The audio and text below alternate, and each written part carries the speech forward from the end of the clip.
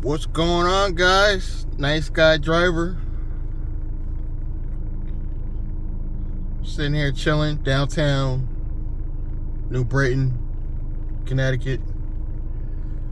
One of my subscribers made a comment. They not far from me, and they said their market's a little slow as well.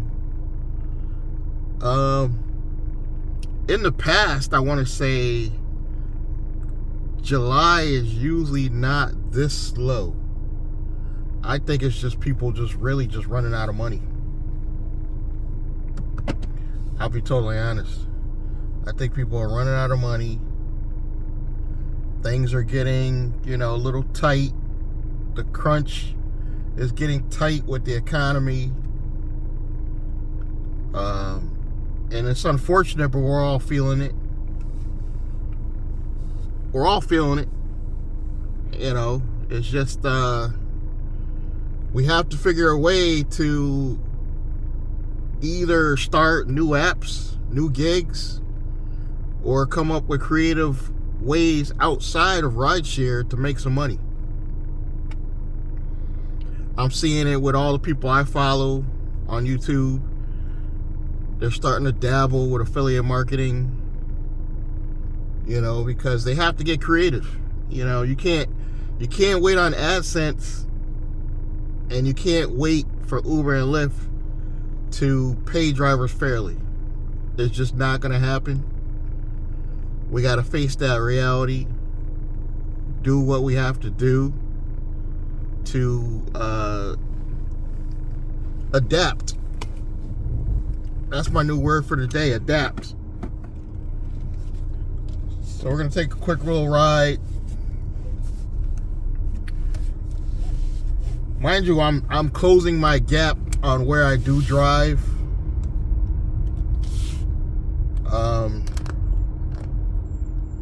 I used to just stick to right around my house, but I find myself expanding a little bit. It's not as far as you think. I'm mainly like Hartford, Farmington, Newington, Bristol, what am I leaving out? Plainville, New Britain, of course. I try to stay out of New Haven, and really I only really deal with Hartford on the weekends. Hartford is just too much to deal with Monday through Friday. Even if I physically actually lived in Hartford, I don't think I could put up with the nonstop traffic Hartford has after 3 p.m. I don't think I could. The gridlock traffic, it's just too much for me personally. But if you are a driver in Hartford that actually lives in Hartford, you know Hartford like the back of your hand. I think one of my subscribers mentioned this. He was in Hartford. You could literally get up early in the morning, as early as I do, 4 or 5. Take your time too. Get your coffee, watch some TV, and then head out maybe 5, 6, even 7. That first 3 hours easily make, $50 to $100 just in Hartford. No lie. Just in Hartford alone by itself, you could easily pull off $50 to $100 in that morning, and then go home, chill out a little bit, and then turn around and do it again, 3 hours in the afternoon, and then you're done for the day. If you're like me, you're only trying to make anywhere from, me, it's only like 120 to about $150. But I mean, if you actually like being in Hartford and stay in Hartford, you could probably make more than that. I would say you could probably pull off $150 to $200 in about 6 hours if you know your area. I don't even know Hartford, and I'm going on experience. Like, one day I actually spent most of my day, not all day, but I spent most of my day in Hartford, and I made the money quicker, but I was miserable because of the gridlock traffic. Same thing with New Haven. If you actually like driving in New Haven, you won't have a hard time trying to make some money. Guess I was driving too slow for him. You could make some really good money just in New Haven alone, or the general area around it. Maybe Branford, all those areas around it. Maybe West Haven even. And you could make your money, but because I'm only making this a part-time gig, I'm not trying to be stuck in traffic. I'm not trying to make one of these things that I like to drive rideshare and have some enjoyment. And my only enjoyment is to get around freely and not be in gridlock traffic all day. That's how I enjoy myself. But some of you people, their areas in and out, go make your money. Stamford, Connecticut, another example. You could be in Stamford all day and make your money. I would say in probably 5 hours, if you get up early, in probably 5 hours, you could knock out an easy $100 to $150 in like 5 hours in Stamford, maybe even Norwalk. It's doable. Bridgeport, again, a lot of traffic. I think it'd be harder to make that type of money in Bridgeport only because there's so many of us. There's so many drivers in Bridgeport, it's going to be a little harder. New Haven doesn't even have enough drivers, in my opinion. So if you get up and you live in New Haven, I don't believe there's any, situation where there's too many drivers in that area. But I will say there's too many probably in Bridgeport. Danbury, another example, especially if you don't mind going back and forth. Like you live in Danbury, but you don't mind, maybe swinging as far as like Norwalk. You're gonna make some money. There's still a lot of money to be made in Connecticut. It's just gonna require you driving a lot more because they are killing the driver pay. And any driver that says different is a straight up liar. Straight up liar. They are significantly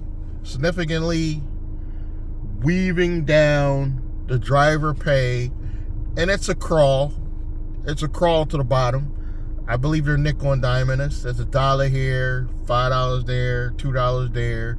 And then they turn around and give one driver a huge bonus. Where do you think they're getting the money from? Other drivers. They're getting the money from other drivers. So when you see those huge bonuses, my neighbor did it. My neighbor didn't drive. He's been renting out his garage. So he's been feeling a little rich lately. So he hasn't been driving Lyft. And that used to be his go-to app. So he wakes up one morning.